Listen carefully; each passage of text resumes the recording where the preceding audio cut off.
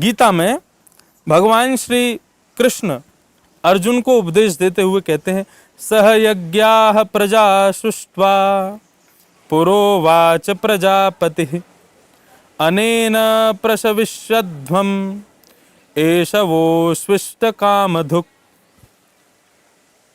इसको बहुत सावधानी से सुनिएगा कि अन्न की शुद्धि कैसे हो। अन्न शुद्ध होगा तो अपने आप पॉजिटिव हो जाएंगे। भगवान कहते हैं कि अन्न की शुद्धि एक ही प्रकार से हो सकती है कि मानव को जब ब्रह्मा ने बनाया तो मानव को प्रसन्न करने के लिए, मानव की इच्छाएं पूर्ति करने के लिए बहुत सारे साधन बनाए, हर प्रकार के साधनों को बनाया। लेकिन उस साधन और मानव के बीच में भगवान श्री ब्रह्मा जी ने एक वस्तु को बनाया है, और वो वस्तु क्या है? यज्ञ। यज्ञ का अर्थ केवल आप लोग हवन से मत ले लीजिएगा। ये यज्ञ क्या है ये समझिए। इस यज्ञ के माध्यम से आप अपने दूषित अन्न को भी पवित्र कर सकते हैं।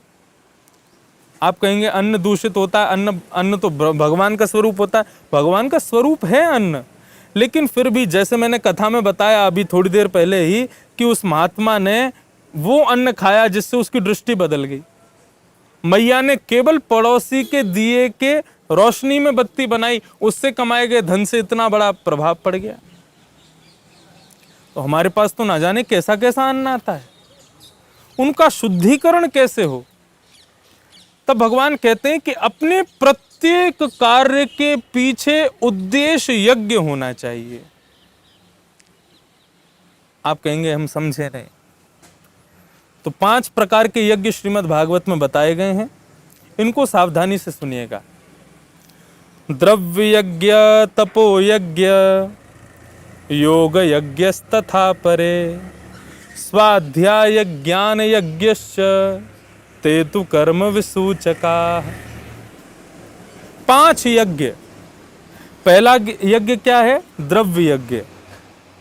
मतलब आपकी प्रत्येक क्रिया के पीछे कारण क्या होना चाहिए, उद्देश्य क्या होना चाहिए? यज्ञ। द्रव्य यज्ञ। द्रव्य यज्ञ किसे कहेंगे? आप कुछ भी कमाते हैं, कुछ भी लाते हैं, सबसे पहले उसको भगवान को अर्पित करो।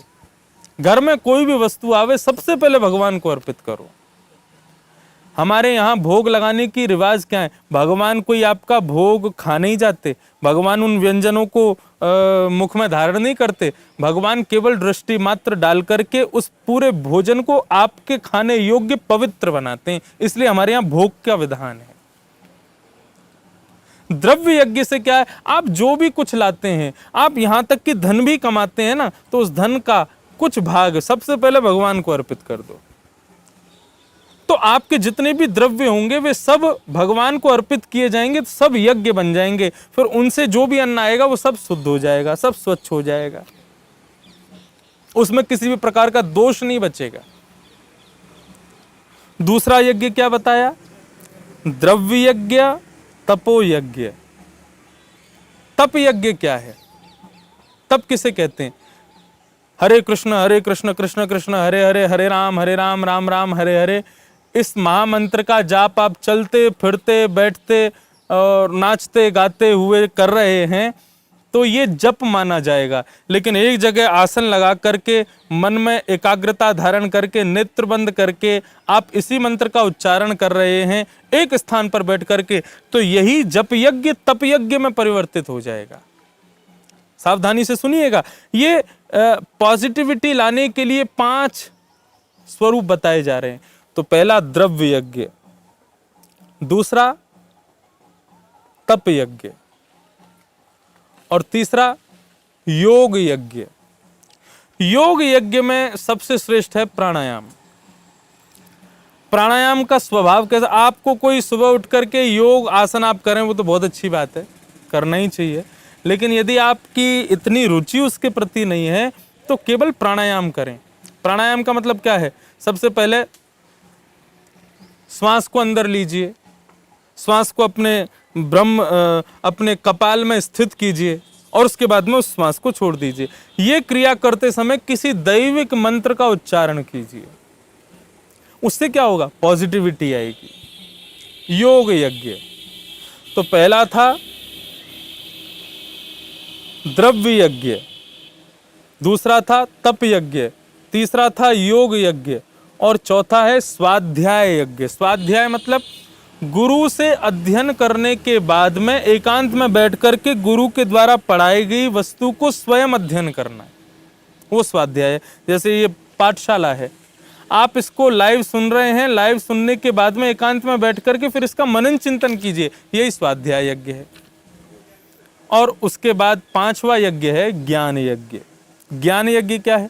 जो कुछ भी आप पाते हैं, आप इस पाठशाला के द्वारा आज पॉजिटिविटी, सकारात्मक विचारों के विषय में सुन रहे हैं, इसको सुनने के बाद में आपको लगता है कि मुझे किसी को सुनाना चाहिए, उनको जाकर के प्रदान कर दो।